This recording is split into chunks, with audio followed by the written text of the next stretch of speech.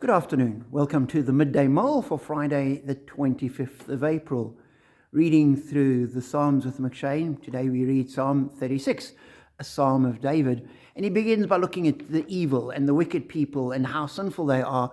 And he says they're so bad that they don't even realize they're bad. They think they're fine and they don't actually see where they are.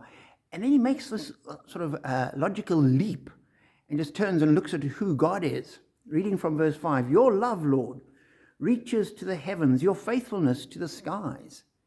Your righteousness is like the highest mountains, your justice like the great deep. You, Lord, preserve both people and animals."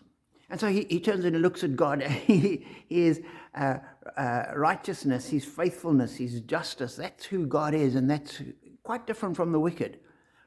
And it's not only that God is like that, he then protects and he preserves people and animals. He looks after his creation. And then he looks at, David then begins to look at how we draw from that. And he continues, "How priceless is your unfailing love, O God." We have a God of unfailing love. It never stops. It's a love that just goes on. It doesn't falter. It doesn't end. It's unfailing, unending. And people take refuge in the shadow of your wings. So even as wicked people in the world think they're getting the better, they think they're doing well, we come to God and we find the absolute perfect protection under his wings. Not only do we find protection, but we are then gifted this wonderful feast. It continues, "They feast in the abundance of your house." So it's not just protection. We don't just come into God's house. They come and have a nap in your house. We come in and we are fed in God's house. And it's not just a small meal. We have a feast. It's wonderful sitting down, and you can imagine the people sort of as in David's day, imagining a king's feast and the banquet and all the people gathering around and the amount of food being brought up. And they feast in the abundance of your house. It's not just a little bit, there's an abundance, more than we can need, more than we can want, more than we can deserve. There's this abundance that comes from God. And he gives us food and he gives us drink.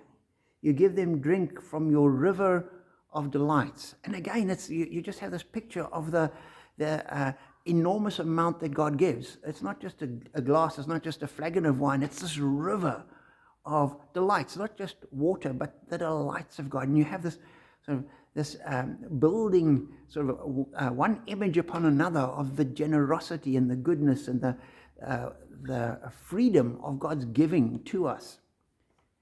We feast on drink from the river of delights, for with you is the fountain of life. It's not just food, it's life itself that we get from God. And in your light, we see light. So that is the best place to be. And as I was reading that, I thought, what a wonderful, wonderful picture of God. What a wonderful picture, this little tiny glimpse of what heaven must be like when you finally come into his presence, you come into his house.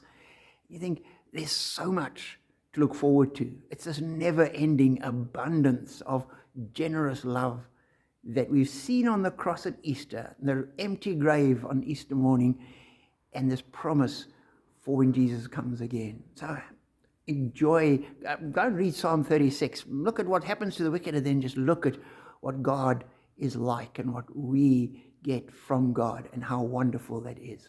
And as you read that, you realize we truly are blessed.